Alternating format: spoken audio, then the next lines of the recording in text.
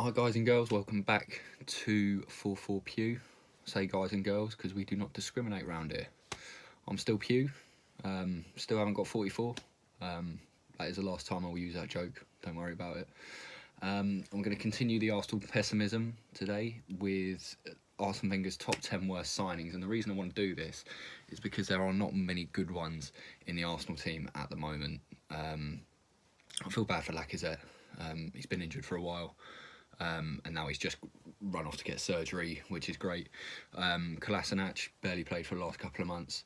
We haven't seen the likes of a signing similar to like Thierry Henry or Fabregas or anyone like that for ages. So here goes. I'm going to kick straight off. Number one with Gervinho. He came to Arsenal actually after a very good spell in the French league, in League One. With Lille, he actually won the title there with players including Eden Hazard, Johan Cabaye.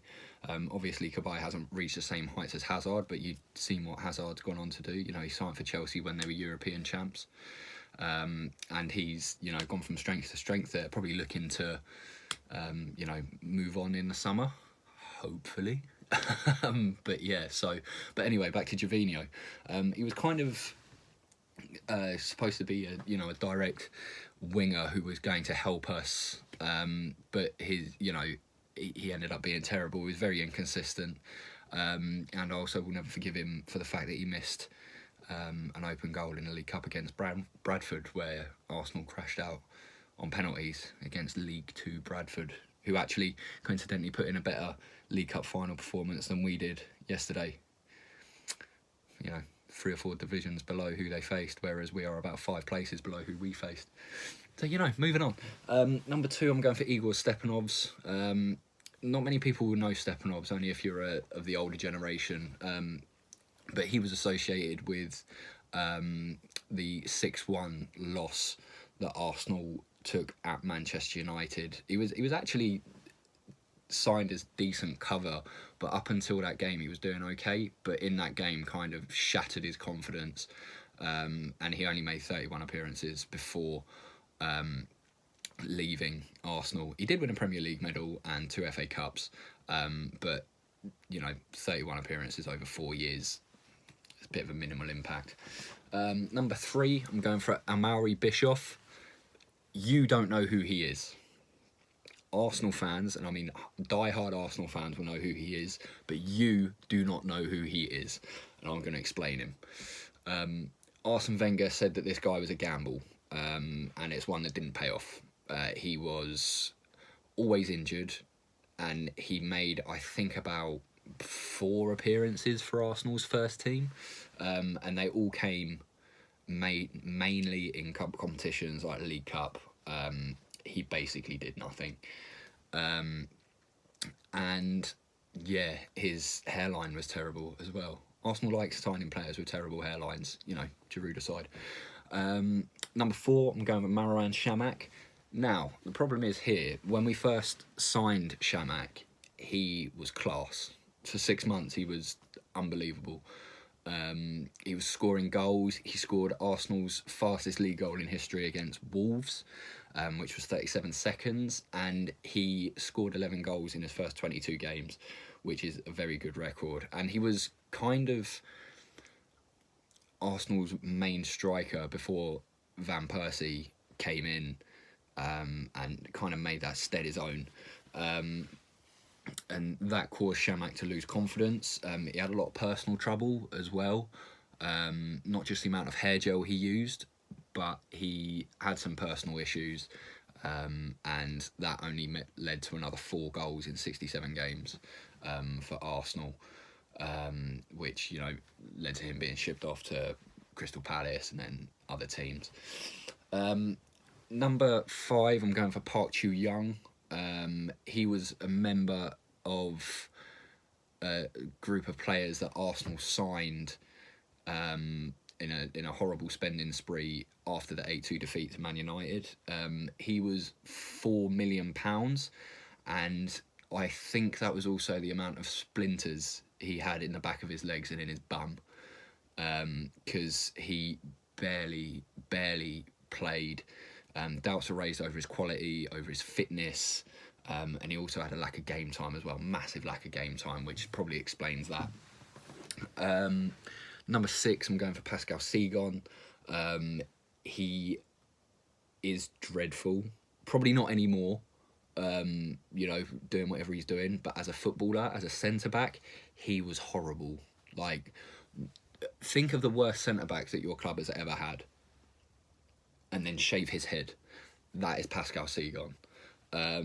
He was so clumsy and so immobile as a centre-back. Bearing in mind Arsenal have had like Sol Campbell, Kolo Touré, Tony Adams, Steve Bold, all these players that have, you know, been absolute mountains of men.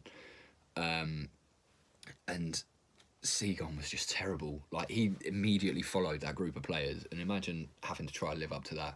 He didn't. Moving on. I know Man United fans are licking their lips that they actually got money for this player, but Mikael Silvestre is next. This guy was so far over the hill when Arsenal signed him, he was falling down the other side. No wonder Ferguson let him leave. He was reliable for Man United. He was a good defender for them, good servant, but £500,000.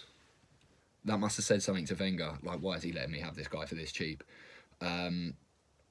Very shaky time at Arsenal. I remember there was a game we played, North London derby. He scored, but conceded 4 goals. So that can probably sum up his time at Arsenal and how terrible he was. Number 8, I'm going for Sebastian Schillaci. He was another one we signed for £4 million. And to be fair, on the face of it, looked like a good signing. He was a French international.